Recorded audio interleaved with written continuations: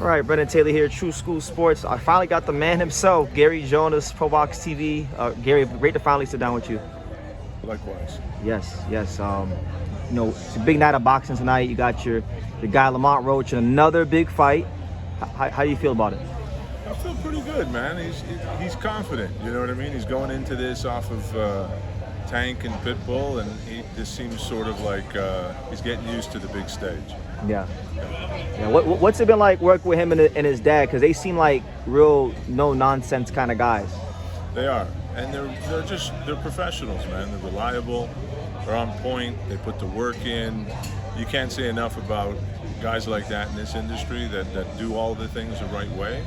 So they deserve the best, and hopefully tonight he comes through. Okay. If he does come through, are there any plans? Have you thought about the future already? 10 steps ahead. Yeah, I mean, there's a lot going on. There's a lot of possibilities. I think you saw Shakur Stevenson tweeted out that today he wanted to get that fight done. That could be complicated, but there's a lot of big fights. Abdullah Mason, this is a TNT card. He fought on the first TNT card. So Shockey Foster's always there, and he may come up to 35 and fight him. So there's a ton of opportunity, ton of big fights in those weight classes. Okay. Well, ProBox is taking a very big, ambitious step on August 29th with Lester Martinez, and you got Najee Lopez, and you got Ramon Cardenas. You guys are going behind the $5 paywall now. Yeah. How do you feel now about this stage of where ProBox TV is at? I mean, we were always going to do this sooner or later. It's been 4 years in the making, and we wanted to develop the brand. We wanted to give the fans a chance to see what it was all about, and if they prescribe to our style of boxing, evenly matched fights, action fighters. So it's been working out nicely, but it was always time. It's time to make the move. And with Lester stepping up and Najee stepping up, Ramon Cardenas, and a bunch of other guys all in the top 10, it was like either I got to send them off to other platforms like we did with Angelo Leo or Lamont Roach, or we make a decision, start paying them more and keeping them on the platform. So really, for those who think ProBox TV it's the same thing and now we're charging, not at all. We're stepping it up. We're spending a lot more money. A lot of them will be championship fights. If they're not championship fights, it'll be top 10 versus top 10 on the verge of a championship. So we're calling it the Championship Series. And we think, $5 is the right price. Some people think I'm a little bit stepping out onto a limb here, and they're not sure that there's enough fans out there to monetize for that, but we're about to find out. Yeah, we definitely are, and you guys are really believing in Lester Martinez. He did a lot of numbers over his last couple of fights on the platform. Speak to that, Gary. Just Lester Martinez, not just as a fighter, but commercially. What is it about Lester commercially that makes you believe so much? Look, we live in an era where a lot of fighters gain their popularity from being outlandish, playing the fool, if you will speak, if you'll say it that way. And I still like to see guys like Lester who keep it real. He's wholesome, you know what I mean? And it's just got a really good personality, and it's nice to see that take off and be popular. So, I think you were there March 21st, and the building was on fire. He sold it out 4,000. I probably should have taken him to Arena, but I didn't. So now we're going to the Galen Center, the USC Arena, and 11,000 people, and I think he's going to sell it out. Right now he's on pace to sell it out. We'll see. He'll come close if it isn't a sellout. And I think it's just great to see a kid like Lester become that popular that quickly. No, for sure, and he's in a great position with him being the interim champion of the WBC. I actually asked Mauricio about that myself. Will he be mandated to fight the winner of Billy versus Canelo? And obviously he said you got to wait a little bit. There's a ruling that's going to happen soon. So if Lester were to let's just say Canelo does come to that fight, what would Canelo versus Lester do for ProBox TV? I mean, listen, unfortunately, it won't be on ProBox TV. Right? I know. But obviously, it's just great for Lester. It's great for boxing, and I'm sure it'll boost ProBox TV in its own way. So I'd love to see it happen. It'd be a great fight. I think it'd be a lot of fun. No, for sure. You got Najee Lopez on that card. I've been knowing about Najee since 2019. Very talented fighter. He's right there knocking on the door of a world title. Right. He's got Juan. You're putting him in. I give you guys credit. You're putting him in Juan Carlos Carrillo, who I know is a legitimate contender, Olympian. He comes to that fight, Gary. What's the timeline for a world title shot, you feel?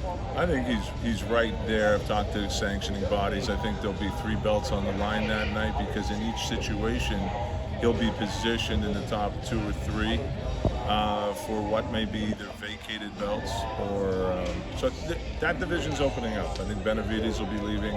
I think Bivol may be leaving, or leaving one of the sanctioning bodies. So a lot of openings coming for that division, and I think Najee's right there. Okay. I know that one of the other really top young American light heavyweights is Atif Olberton, and they're kind of ranked in and around each other. Yeah. Is there a pathway to make that fight, Gary? We've talked about it a bunch of times, but it would be a shame for them to have done it recently at the level. It wouldn't pay, It wouldn't be fair to the kids. They wouldn't get paid enough money. So that's kind of one of those things you kind of cook, and you wait till they get to where they're fighting for a belt, so that kind of fight could get the money it deserves. Okay. And because I feel like in the next era of light heavyweights, that's one of the potential matchups.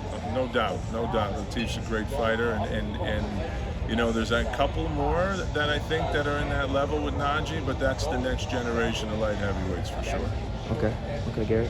Well, I'd be remiss if I didn't ask you about, you know, your world champion Angelo Leo. What's going on with him? We're pretty close to coming together on a date, October 9th or October 10th in Albuquerque, which will be great to bring him home. We're pretty close, and that fight's more or less a tune-up to get him ready for what we believe will be Carrington in January. So it's none of it's official yet. But it's getting closer and closer, and I like the situation. I think Angelo would be have a great chance against Shushu, and then, you know, that's the sky's the limit for Angelo. If he gets that belt, then, you know, you're looking at Rafael Espinosa, and nobody can sleep on Angelo. Angelo has always stepped up to that next level and delivered, so it'll be fun to see what happens in the next 4 or 5 months. Yeah, for sure, and that's welcome news to me, because I was hearing recently that, you know, I heard about Bruce Carrington. Maybe they were going to fight Bruce Carrington next. So I actually like this. I would like the unification fights, but, you know, him going back home, for the Mexico fans that are dying for him to come back, it's great. No, and he needs to get in the ring, right? There's been unfortunate circumstances. You know, Top Rank not having the ESPN deal kind of slowed down what was next for Angelo, and I think that it wouldn't be fair. It wouldn't be fair for him to go into Unification with a year out of the ring. So we're really trying hard to get him into some form of tune-up, so that he's ready and he's fresh and he's in a groove for Carrington. Okay. There's this narrative that, you know, all the featherweights are kind of just sitting around, twiddling their thumbs, waiting for Inoue to give them a handout, right? You're at the negotiating table. You're there behind the scenes. What could you say about Angelo? Would you say he's one of those? You wouldn't say he's one of those guys, of course, because you're his promoter. But I'm saying, for the boxing fans, paint the picture. What kind of guy is he like, as far as making a fight happen with? Look, I mean, Angelo's just one of those fighters. He's capable of beating anybody, and he makes for close fights either way. But he's capable of beating anybody, and I think he's one step away from emerging as a real star. You know what I mean? And it's hard for guys in his weight class. Espinosa's really making a lot of noise, so I think, you know, he goes on to beat Carrington, then suddenly we're talking about a big fight between him and Espinosa, and it might kind of deliver that kind of money that, you know, is a higher profile championship fight. So I think he's right on the edge of cracking through and being a bigger star than he is now. Not for sure. I mean, obviously, I think highly of him, so I hope he gets that chance. Gary, I'll let you go, because you got a meeting to tend to. But any final message to the boxing world you want to give? Yeah, listen, you know, August 29th, Lester Martinez and Luca Plantic, but it's a stacked card. And right after that, September 11th, you know, we got Abbas Peru and Santillan. Great fight, yeah. In Oceanside. That's another great card. And then shortly after that will be Angelo Leo defending his belt. So we're stepping it up, and we hope that the fans come on in and check it out. $5 cup of coffee. Well, there you go. Gary Jonas, a gentleman as always. Thank you.